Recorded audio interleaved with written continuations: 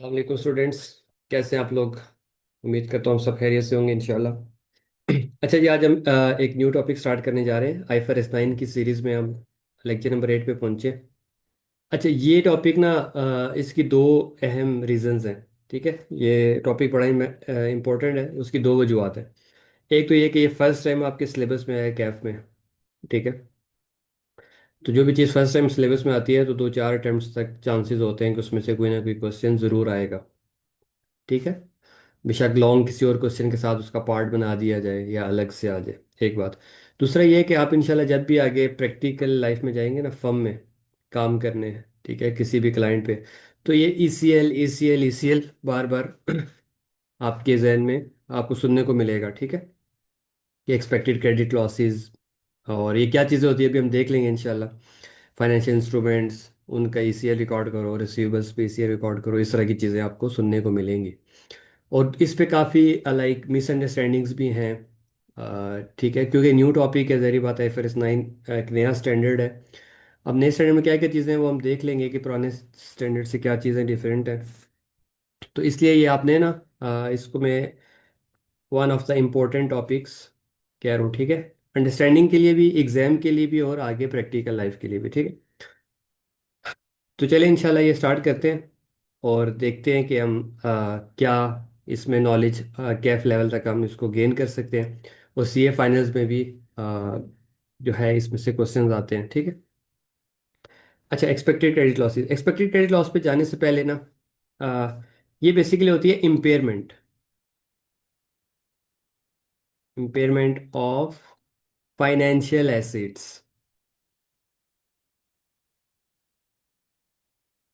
ठीक है, impairment of financial assets. अभी तक जो हमने इम्पेयरमेंट पढ़ी है ना आज तक, वो थी फिक्स एसेट्स की, याद है? फिक्स एसिड्स की मेनली कैफ के अंदर। ठीक है, IS 36 होता था, याद है? IS 36 में हम इम्पेयरमेंट ऑफ फिक्स एसिड पढ़ते थे।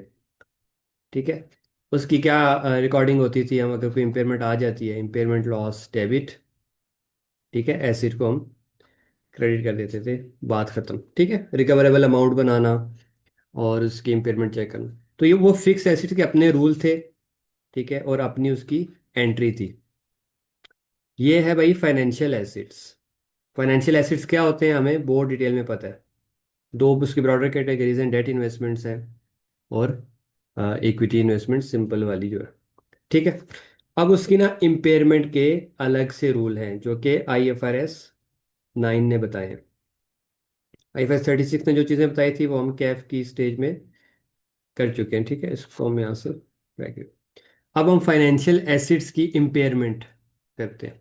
और इम्पेयरमेंट आपको पता है हमेशा किन की होती है भाई? एसिड्स की। लाइबिलिटीज़ की तो कोई इम्पेयरमेंट नहीं होती ना। Liabilities no impairment. ठीक है, तो एसिड्स में मुख्तलिफ कैटेगरीज के एसिड हैं जिसमें से फिक्स्ड एसिड्स की हमने ऑलरेडी पढ़ ली है IS 36 में। लाइबिलिटीज़ की कोई इम्पेयरमेंट होती नहीं है। ठीक है, तो लाइबिलिटीज़ तो ज़्यादा है, एसिड्स ही बेचारे इम्पेयर होते हैं। ठीक है, अब फाइनेंशियल एसिड्स की इम्पेयरमेंट हमने क्या कहा, कौन बताएगा? IFRS 9। तो सबसे पहले हम स्कोप क्लियर कर लेते हैं कि IFRS 9 किन चीज़ों की इम्पेयरमेंट बताता है, स्कोप। ठीक है, कि IFRS 9 किन चीज़ों की इम्पेयरमेंट बताता है। तो बात वही है कि डेट इन्वेस्टमेंट्स सारी की सारी। ठीक है, डेट इन्वेस्टमेंट्स की जहां भी इम्पेयरमेंट होगी वो IFRS 9 के मुताबिक होगी। ठीक है, डेट इन्वेस्टमेंट्स की। और दूसरा इक्विटी इन्वेस्टमेंट्स। ठीक है, कौन सी? सिंपल वाली, सिंपल इक्विटी इन्वेस्टमेंट्स। ठीक है, ये IFRS 9 के स्कोप में है। ठीक है, डेट इन्वेस्टमेंट्स मतलब जितने भी आप बॉन्ड्स में इन्वेस्टमेंट करते हैं, TFCs हो गए। ठीक है, उसके बाद मज़े की बात है आपके ये रिसीवेबल्स। रिसीवेबल की इम्पेयरमेंट तो याद है, शुरू शुरू में अकाउंटिंग में हमने पढ़ी थी, रिसीवेबल्स की इम्पेयरमेंट। ठीक है, प्रोविजन फॉर बैड डेट, याद है? प्रोविजन फॉर बैड डेट, इस तरह की चीज़ें। तो ये सारे सब की जो है इम्पेयरमेंट कैसे होती है जी? IFRS 9 के रूल्स के मुताबिक होती है। ठीक है, वो रूल्स के अभी हम देख लेंगे। तो ये इसका ब्रॉडर स्कोप है। यहाँ तक देखें, कोई मसला? डेट इन्वेस्टमेंट्स की इम्पेयरमेंट आईफरस 9 बताता है। और इक्विटी इन्वेस्टमेंट्स कौन सी वाली? सिंपल वाली, मतलब 10 12 5 6% कोई आप इक्विटी अगर लेते हो।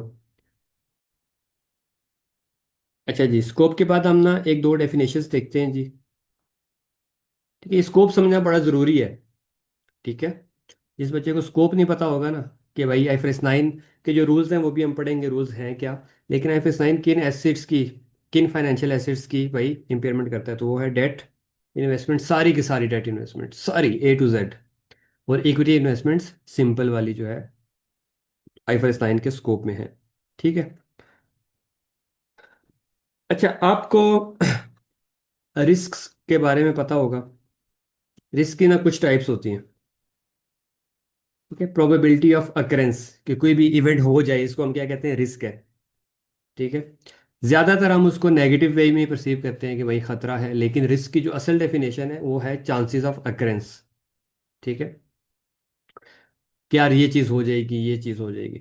अच्छा, खैर आईफरस 9 के अंदर जो फाइनेंशियल अकाउंटिंग के अंदर रिस्क को हमेशा एज अ नेगेटिव ही ट्रेड किया जाता है। ठीक है। अच्छा, अब रिस्क के अंदर ना मुख्तलिफ टाइप्स हैं। ठीक है, जिस तरह मार्केट रिस्क, लिक्विडिटी रिस्क, और और क्या होते हैं जी, करेंसी रिस्क, और होता है जी क्रेडिट रिस्क। ठीक है, इस तरह के और भी बेशुमार टाइप्स हैं। अब इंशाल्लाह जब आप सीए फाइनेंस में किसी भी कंपनी के अकाउंट्स में जाएंगे ना, फाइनेंशियल स्टेटमेंट्स में देखेंगे, इसके ऊपर प्रॉपर नोट्स आते हैं, नोट्स टू द अकाउंट। लंबे लंबे नोट्स होते हैं कि भाई कंपनी को ये मार्केट रिस्क है, कंपनी उसको ऐसे मिटिगेट कर रही है, ये लिक्विडिटी रिस्क है, ये करेंसी रिस्क है, कंपनी उसको ऐसे मैनेज करती है। ठीक है, ये क्रेडिट रिस्क है, कंपनी ने उसको ऐसे मैनेज किया हुआ है। तो ये बड़े इंपॉर्टेंट चीज़ें हैं। ठीक है, ये आपके माइंडसेट बनाने के लिए मैं बता रहा हूँ। ऑब्वियसली पेपर में उस तरह से इसकी ज़रूरत नहीं है, लेकिन आईफरस 9 के अंदर जब कंपनी डिस्क्लोजर देती है ना, तो उसके अंदर ये सारा कुछ लिखे पूरे पर नोट्स आ रहे होते हैं। ठीक है, यकीन नहीं आता तो किसी लिस्टेड कंपनी की फाइनेंशियल आप डाउनलोड करेंगे तो आप कहेंगे सर ये वाकई ये तो बड़ी इंपॉर्टेंट चीज़ है। तो चलें एक एक मिनट में इसको डिस्कस कर लेते हैं। मार्केट रिस्क, मार्केट रिस्क ये है कि भाई मार्केट उस तरह से परफॉर्म नहीं करेगी हमारी प्रोडक्ट्स एंड सर्विसेज के लिए। ठीक है, जैसा हम एक्सपेक्ट कर रहे हैं, मार्केट गिर जाएगी और हमें लॉस हो जाएगा। लिक्विडिटी रिस्क, कि यार हमारे पास इनफ कैश नहीं होगा। लिक्विडिटी कैसे कहते हैं, इनफ कैश। ये एक सबसे अहम रिस्क है भाई, कई कंपनीज इस वजह से बंद भी हो सकती हैं। ठीक है, कंपनी ने सेल्स की सारी क्रेडिट पे सेल्स कर दी उधार पे। ठीक है, तो कंपनी की सेल्स भी बढ़ी है, रिसीवेबल भी बहुत ज़्यादा है, लेकिन पैसे नहीं मिल रहे एम्प्लॉयज़ को सैलरी देने के लिए, बिजली के बिल पे करने के लिए, बाकी कामों के लिए। ठीक है, तो वो लिक्विडिटी रिस्क होता है। ये एक बड़ा अहम रिस्क है कि कंपनी के पास इनफ कैश नहीं होगा। ठीक है, to carry on its daily operations. Cash ही नहीं होगा तो कंपनी चल नहीं सकती, बेशक कितने मर्जी उसके एसेट्स हों। ठीक है, करेंसी रिस्क क्या है कि भाई फॉर एग्जांपल आपने कोई डॉलर में या किसी और करेंसी में पेमेंट करनी है, पाउंड्स में, और आपको ये रिस्क है कि भाई मैंने 1 लाख डॉलर पे करने हैं, लेकिन ये है कि आज डॉलर का रेट है 100 रुपये। हो सकता है 2 महीने बाद जब मैंने पेमेंट करनी है रेट हो जाएगा 200 या 300। तो ये एक रिस्क है। ठीक है, इस तरह के कंपनी को रिस्क होते हैं, और अच्छी समझदार अकाउंटेंट्स या कंपनी के बंदे, मैनेजमेंट वही है जो इन रिस्क को समझे और उनको अकाउंट फॉर करे कि भाई इस चीज़ को हमने कैसे मैनेज करना है। ठीक है, एक होता है क्रेडिट रिस्क जो हमारे लिए कैफ के लेवल पे रेलिवेंट है। क्रेडिट रिस्क क्या होता है कि भाई जिसको हमने कर्जा दिया या क्रेडिट दिया वो हमें पैसे वापस नहीं करेगा। ठीक है, जिसको हमने क्रेडिट दिया, क्रेडिट मतलब कर्जा भी कह लो, उधार भी कह लो। क्रेडिट, जिसको हमने क्रेडिट दिया वो हमें वापस ना करेगा।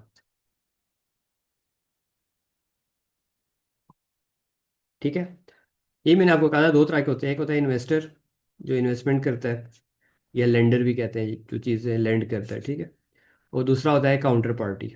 काउंटर पार्टी, ठीक है, इन्वेस्टर या लेंडर जो इन्वेस्टमेंट करता है। अब मैं अगर फॉर एग्जांपल मैं एक कंपनी हूँ, उसको मैं उधार पर चीज़ें देती हूँ।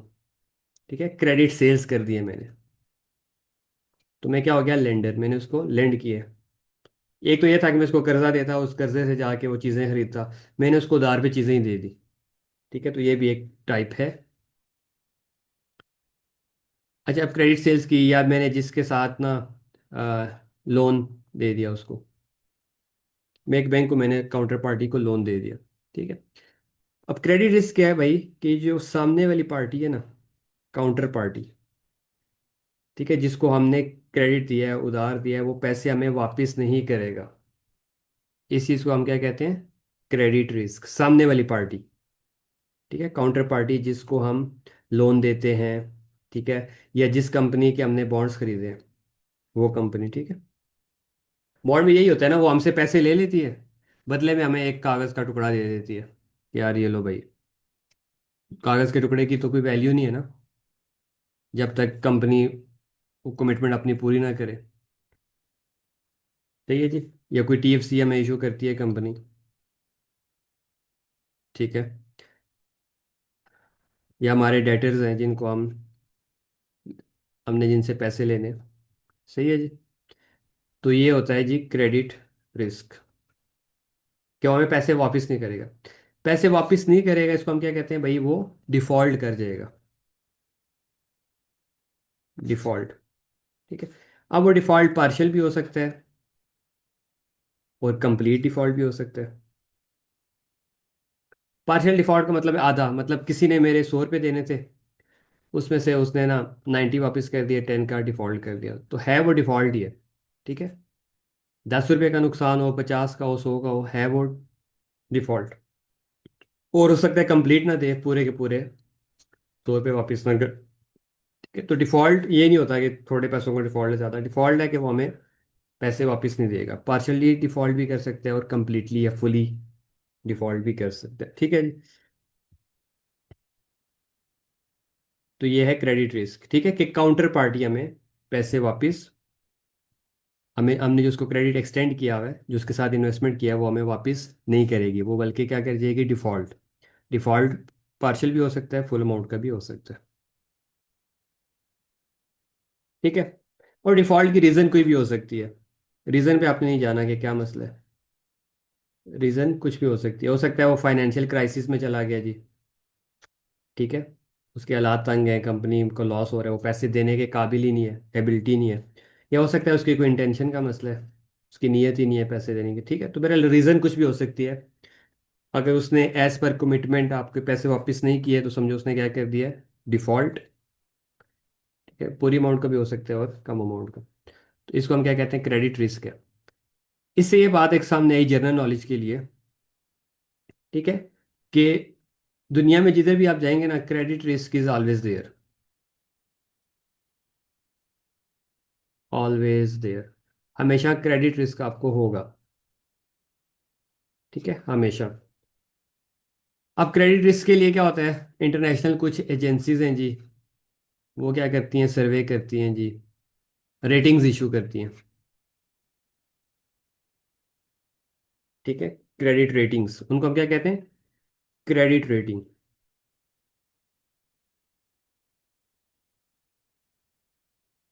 इस तरह नहीं होता, मुल्कों की अलग से रेटिंग होती है, तो पाकिस्तान की क्रेडिट रेटिंग आपको पता ही है क्या होगी, सबसे नीचे जाकर। ठीक है, कि इनको कर्जा दो तो भाई ये वापस नहीं करते या मसला मसाइल करते हैं। ठीक है, तो पाकिस्तान की क्रेडिट रेटिंग बुरी है। इसी तरह हर कंपनी की एक क्रेडिट रेटिंग होती है। आप ऐसा करना, बैंक्स की ना क्रेडिट रेटिंग देखना अक्सर। ठीक है, बैंक्स की क्रेडिट रेटिंग होती है, short term long term credit rating होती है। ठीक है, गूगल पे आप लिख लें, किसी की ए होती है, किसी की ट्रिपल ए रेटिंग होती है, A++। ठीक है, बी रेटिंग, B+। ठीक है, तो इस तरह मुख्तलिफ क्रेडिट रेटिंग एजेंसीज होती हैं जो कि हर फाइनेंशियल इंस्टीट्यूशन वगैरह की रेटिंग्स इशू करती रहती हैं। ठीक है, जो जितने अच्छी होगी अपनी क्रेडिट्स में, उसकी अच्छी रेटिंग होगी। जो अपना उधार टाइम पे वापस करेगी कंपनी, ठीक है, वो अपनी कमिटमेंट्स पूरी करेगी। जो नहीं करेगी उसका पाकिस्तान वाला असर होगा, क्रेडिट रेटिंग उसकी बुरी होगी, C या D होगी। ठीक है, तो ये क्रेडिट रेटिंग का कॉन्सेप्ट है। ठीक है, क्रेडिट रिस्क आपको समझ आ गया, कि जिसको हमने क्रेडिट दिया वो पैसे वापस नहीं करेगा। तो ये किसको होता है क्रेडिट रिस्क, हमेशा लेंडर को, जो लोन दे रहा होता है, लेंडर, या क्या कहते हैं, इन्वेस्टर को, फेसिस दिस रिस्क। ठीक है, तो हम लोग अगर इन्वेस्टमेंट करेंगे, किसी को पैसे देंगे, तो ये रिस्क हमें होगा तो क्या कहेंगे, क्रेडिट रिस्क है भाई। ठीक है, फेस कौन करता है, लेंडर जो पैसे दे रहा होता है या इन्वेस्टर।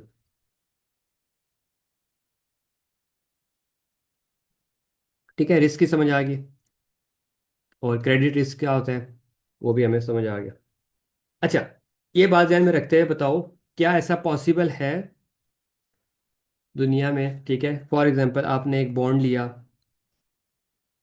ठीक है जी, बॉन्ड ने कहा कि भाई पहले साल आपको 10 रुपये मिलेंगे, दूसरे साल 10 मिलेंगे, तीसरे साल 10 मिलेंगे, और चौथे साल 100 रुपया भी वापस मिलेगा जो आपने इनिशियल इन्वेस्टमेंट की है, और 10 रुपये भी इंटरेस्ट भी वापस मिलेंगे।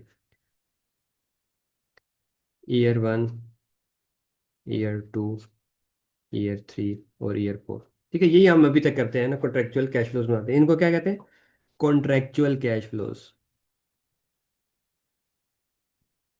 ठीक है, जो कॉन्ट्रैक्ट में, एग्रीमेंट में लिखी हुई है, मुआयदे में, एग्रीमेंट में लिखी हुई है, लिखी हुई है। ठीक है, लीगली कानूनी तौर पर वही चीज़ होगी जो एग्रीमेंट में, मुआयदे में लिखी हुई है, उस पर दोनों कंपनीज ने साइन किए हुए, उनको हम क्या कहते हैं, कॉन्ट्रेक्चुअल कैश फ्लोज। जो मुआयदे के मुताबिक हमें ये कैश फ्लोज इस साल मिलने हैं, पहले साल 10 मिलने हैं, दूसरे साल 10 मिलने हैं, तीसरे साल 10, चौथे साल 10 मिलेगा, और साथ में 100 रुपया ओरिजिनल पैसे भी वापस हो जाएंगे, लाइफ खत्म। ठीक, तो क्या सवाल ये है कि क्या हमेशा ऐसा होगा। ठीक है, क्या आप ये काम करके आराम से बैठ सकते हैं कि भाई ठीक है हर साल मुझे 10-10 मिलेंगे और चौथे साल पैसे वापस मिल जाएंगे। जवाब है नो। क्यों नो भला, क्योंकि there is a credit risk. ये मैंने क्या कहा था, credit risk is always there. Credit risk क्या है कि भाई ये जो मैं, इसको मैंने पहले दिन जाके 100 रुपये दिए ना इन्वेस्टमेंट की, और इसने कहा 100 रुपये मुझे दो, ठीक है भाई अब तुम घर जाओ, तुम्हें हर साल 10-10 रुपये मिलेंगे, और आखिरी साल 10 रुपये और 100 रुपये वापस मिलेंगे। ठीक है, ऐसा होना ज़रूरी नहीं है। मैं आराम सुकून से नहीं बैठ सकता, क्योंकि मैंने उसको 100 रुपये, छोटी मिसाल ले रहा हूँ, करोड़ों रुपए की इन्वेस्टमेंट होती है, ठीक है, 100 बिलियन मैंने दिए हुए हैं, और उसने कहा ठीक है भाई आप घर जाओ, अपनी बुक्स में कैश फ्लोज बनाओ, ठीक है, कि पहले साल 10 बिलियन मिलेगा, दूसरे साल 10 बिलियन मिलेगा, तीसरे साल, और मज़े से उसकी अकाउंटिंग करो। ठीक है, अकाउंटिंग हम करते चले आ रहे हैं ना, अमोर्टाइज कॉस्ट में इसको कैटेगराइज करो, या जिस भी कैटेगरी में रखना है आपने, आप बुक्स में एंट्रीज पास कर रहे हैं, पास करें, पता चले कि भाई वो पैसे दे ही नहीं रहा वापस, तो उसको क्या कहते हैं भाई, क्रेडिट रिस्क है।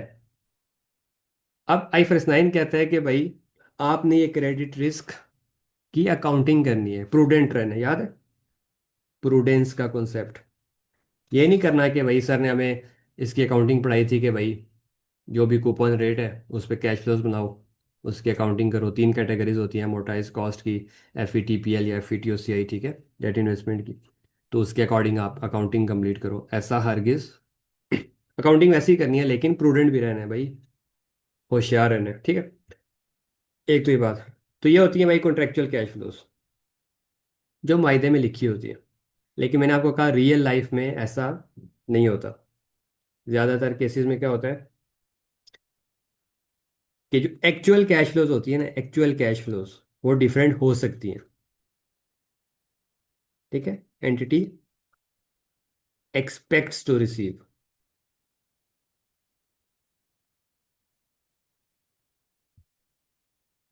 सही है, एंटिटी एक्सपेक्ट करती है। अच्छा, पहले जो पुराना स्टैंडर्ड था ना, ओल्ड स्टैंडर्ड, उसमें यह था कि लॉस हो जाए तो रिकॉर्ड करो। ठीक है, पुराने स्टैंडर्ड के मुताबिक लॉस, ठीक है, नुकसान हो जाए, रिकॉर्ड व्हेन इनकर। ठीक है, अगर उस बंदे ने आपको पैसे देने थे, इस तरीके को नहीं दिए, समझो आपका लॉस हो गया, तो आप उसको रिकॉर्ड करो जब हो जाए, जब हो जाए। ठीक है, लॉस रिकॉर्ड करो, लॉस कैसे रिकॉर्ड होगा, लॉस डेबिट, एसिड क्रेडिट, बात खत्म, पुराना स्टैंडर्ड।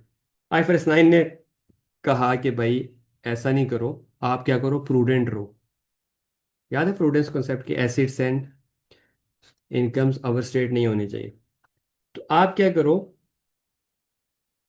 कि एक्सपेक्टेशन की बेस पे लॉस रिकॉर्ड करो। ठीक है, क्या बोला? आईएफएस 9 में क्या होता है? एक्सपेक्टेशन, उम्मीद की बेस पे या हालात की बेस पे कि आप उम्मीद कर रहे हो कि यार ये पैसे मुझे नहीं मिलेंगे, ठीक है। एक्सपेक्टेशंस बेसिस पर लॉस रिकॉर्ड करो। ठीक है, आईफरस 9 ने ये नई चेंजेस आई है।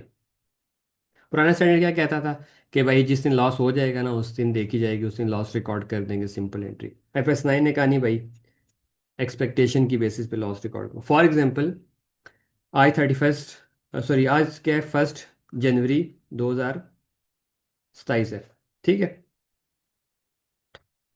अब मुझे इस कंपनी ने पेमेंट करनी है 31 दिसंबर 2027 को, 1 साल बाद, ठीक है। मुझे न्यूज़ में पता चला 2 जनवरी को, ठीक है, न्यूज़ आई कि भाई कंपनी का क्या हो गया, दिवालिया हो गया, बैंकरप्ट हो गया कंपनी, ठीक है, या फायर हो गया, आग लग गई और कंपनी की। तो अब मैं क्या पूरा साल इंतज़ार करूंगा कि भाई कंपनी जब 2027 में मुझे पैसे नहीं देगी, ठीक है, जब लॉस हो जाएगा, ठीक है, तो मैं रिकॉर्ड करूंगा? क्या मुझे इंतज़ार करना चाहिए? एफएस 9 ने बोला नहीं भाई, लॉस रिकॉर्ड नहीं करना चाहिए, ठीक है। आप एक्सपेक्टेशन की बेसिस पे आप पहले ही लॉस रिकॉर्ड कर लो, ठीक है, एडवांस में लॉस रिकॉर्ड कर दो एक्सपेक्टेशन की बेस पे, ठीक है। ये भी बेसिक बेसिक कॉन्सेप्ट है, अभी इंशाल्लाह जब हम पढ़ेंगे तो हमें सारी नॉलेज समझ आ जाएगी। ठीक है, तो आपने क्या करनी है, एक्सपेक्टेशन की बेसिस पे आईफरस 9 का कहना मानना है, और उम्मीद पे दुनिया कायम है, ठीक है। उम्मीद की बेसिस पे आपने लॉस रिकॉर्ड कर देना। अच्छा, मैं अब एक्सपेक्ट कर रहा हूँ कि यार इस कंपनी के हालात ऐसे हैं ना, ठीक है, कि पहले साल तो वो मुझे 10 की जगह ना 8 रुपये ही देगी, ठीक है। दूसरे साल 10 की जगह 7 देगी, तीसरे साल भी 7 देगी, और आखिर में 100 की रीपेमेंट नहीं कर सकेगी कंपनी, उसके हालात ख़राब है, 95 देगी, और 10 की जगह 7। तो ये मुझे कैश फ्लोज मिलेंगी।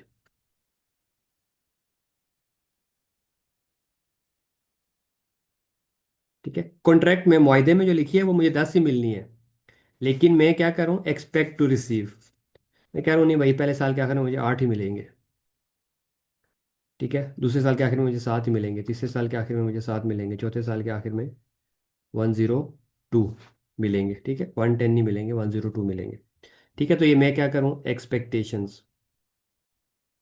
तो ये जो, तो इस डिफरेंस को, ये जो 2 रुपये का फ़र्क है, 10 रुपये मिलने थे कॉन्ट्रैक्ट के मुताबिक, मिलेंगे, मैं उम्मीद करूँ मुझे 8 मिलेंगे, तो 2 का फ़र्क, ठीक है, इधर 3 का, इधर 3 का, और इधर 5 और 3 8। इसको मैं क्या कहूँगा भाई, ये लॉस है। कौन सा लॉस? क्रेडिट लॉस,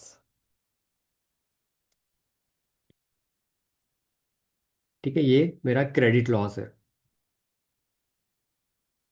ठीक है। तो डेफिनेशन क्या हुई, the difference between, the difference between किसके दरमियान फ़र्क, कॉन्ट्रेक्चुअल कैश फ्लोज जो मायदे में लिखी है, and the cash flows entity expect to receive is called क्या, क्रेडिट लॉस, ठीक है। कॉन्ट्रेक्चुअल कैश फ्लोज जो है, जो कॉन्ट्रैक्ट के मुताबिक है, और वो कैश फ्लोज जो मैं उम्मीद कर रहा हूँ, एक्सपेक्ट कर रहा हूँ मुझे मिलेंगी, उनका जो फ़र्क है उसको हम क्या कहेंगे, क्रेडिट लॉस, ठीक है। Obviously time value of money तो आएगी ना, time value of money, TVM, ठीक है। ये अगर 1 साल फासले पे इसको मैं प्रेजेंट वैल्यू करूंगा, ये 2 साल के फासले पे इसको प्रेजेंट वैल्यू करूंगा, इसको 3 साल प्रेजेंट वैल्यू करूंगा, इसको 4 प्रेजेंट वैल्यू करना तो आती है ना, ठीक है, कॉर्पोरेट रिपोर्टिंग पढ़ रहे हैं हम लोग, तो प्रेजेंट वैल्यू तो हमें, टाइम वैल्यू ऑफ मनी, ठीक है। अब प्रेजेंट वैल्यू किस पे करनी है, ओरिजिनल, क्या, ओरिजिनल रेट पे, ओरिजिनल ई आई आर, याद है ना, एक ई आई आर होता है और एक होता है कूपन रेट, ठीक है। उस पर इसको प्रेजेंट वैल्यू करेंगे तो हमारे पास जो फिगर आएगी उसे हम क्या कहेंगे, यार ये क्रेडिट लॉस है। इफेक्टिव इंटरेस्ट रेट पे आपने उसको, ओरिजिनल इफेक्टिव इंटरेस्ट, ठीक है, ओरिजिनल बड़ा इंपॉर्टेंट वर्ड है, ओरिजिनल ई आई आर पे आप उसको प्रेजेंट वैल्यू करेंगे तो आपके पास क्या आ जाएगा, क्रेडिट लॉस, ठीक है। समझ आया? सबसे पहले क्या हमने कहा, क्रेडिट रिस्क होता है। क्रेडिट रिस्क क्या है कि भाई काउंटर पार्टी जो है ना वो आपको पेमेंट वापस नहीं करेगी। ठीक है, डिफॉल्ट कर देगी। ठीक है। तो हमने कहा अच्छा, जो मायदे में चीज़ें लिखी हुई हैं और हम जो एक्सपेक्ट कर रहे हैं उनका जो फ़र्क है उसको हम क्या कहते हैं, क्रेडिट लॉस। ठीक है। और ये किस बेसिस पे होता है, एक्सपेक्टेशन की बेसिस पे। एक्सपेक्टेशन कहते हैं उम्मीद को, सही भी हो सकती है गलत भी हो सकती है। ठीक है, करेक्ट भी हो सकती है आपकी एक्सपेक्टेशन, रॉन्ग भी हो सकती है। तो वो मसला नहीं है, वो साथ साथ एवरी ईयर क्या होता है, एडजस्ट होता है। एवरी ईयर एडजस्ट होता है, वो मसला नहीं है। इस तरह प्रोविजन नहीं होती, कभी हम प्रोविजन ज़्यादा हो जाती है हमारी, कभी कम हो जाती है, तो वो एडजस्ट होती रहेगी हर साल।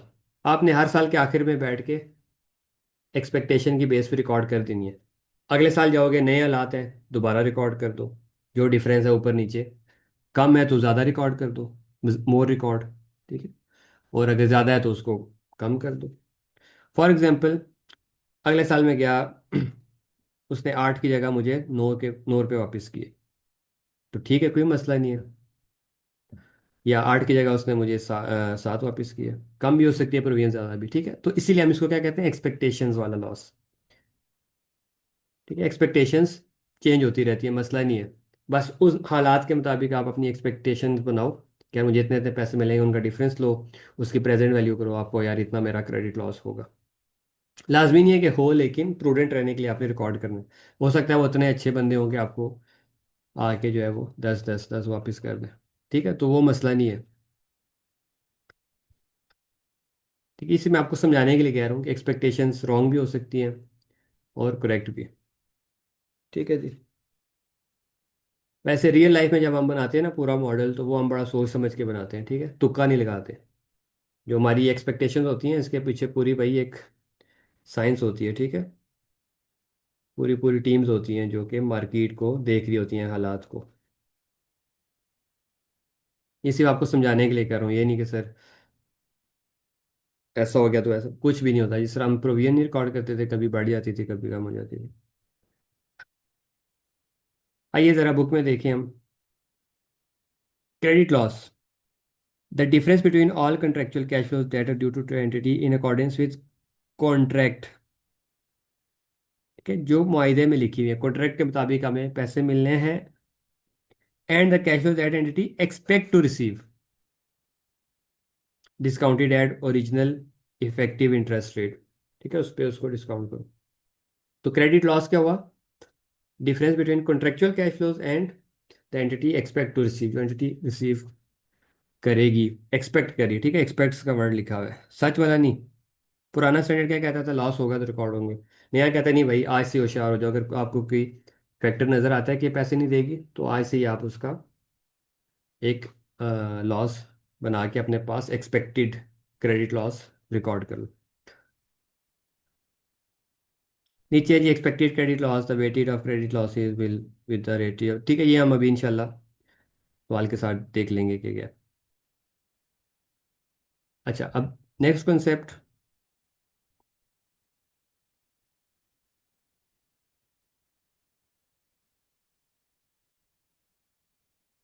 अच्छा, IFRS 9 में ये जो मैंने कहा ना, एक्सपेक्टेड, ठीक है, क्रेडिट लॉस, इसकी ना दो टाइप्स है। ठीक है, दो हिस्सों में डिवाइड, एक है 12 मंथ्स एक्सपेक्टेड क्रेडिट लॉस। ठीक है, दूसरा है भाई life time expected credit loss. दो हिस्सों में स्टैंडर्ड ने तोड़ा हुआ है। एक है 12 मंथ्स। 12 मंथ नाम से पता चल रहा है कि भाई जो अगले 12 महीनों में लॉस होगा, जो अगले 12 माह में, ठीक है, नेक्स्ट 12 मंथ्स माह में लॉस आप एक्सपेक्ट कर रहे हो। ठीक है, वो लॉस जो आप अगले 12 महीनों में कहते हो कि होगा मुझे, वो 12 मंथ्स के इसीलिए हो जाएगा। और लाइफ टाइम क्या है, over the complete life of acid. Complete life of financial acid. ये फाइनेंशियल एसिड की पूरी जिंदगी पे जितना लॉस होगा वो लाइफ टाइम ईसीएल है। और जो अगले 12 महीनों में होगा वो 12 मंथ ईसीएल है। अब यहाँ पे मिसाल के तौर पे, ठीक है, ब्लैक कौन से पेन से लिखूँ जी? ये, अब ये जो 2 का है लॉस, ये क्या है, ईयर 1 में हो जाएगा अगले 12 महीनों में। तो ये मेरा क्या हो जाएगा, 12 मंथ ईसीएल। अगले 12 महीनों में कितना लॉस है। और ये सारे का सारा, पहले साल वाला, दूसरे साल वाला, तीसरे साल वाला, चौथे साल, सारा का सारा मिला के कितना बनता है, 3 2 5 6 7 8 और 8 16। ठीक है, जहरी बात है, इसको टाइम वैल्यू ऑफ मनी हम करेंगे, प्रेजेंट वैल्यू। लेकिन ये ओवर द लाइफ जो लॉस होगा वो लाइफ टाइम ईसीएल हो जाएगा। और अगले 12 महीनों में जो लॉस होगा वो 12 मंथ ईसीएल हो जाएगा। ठीक है।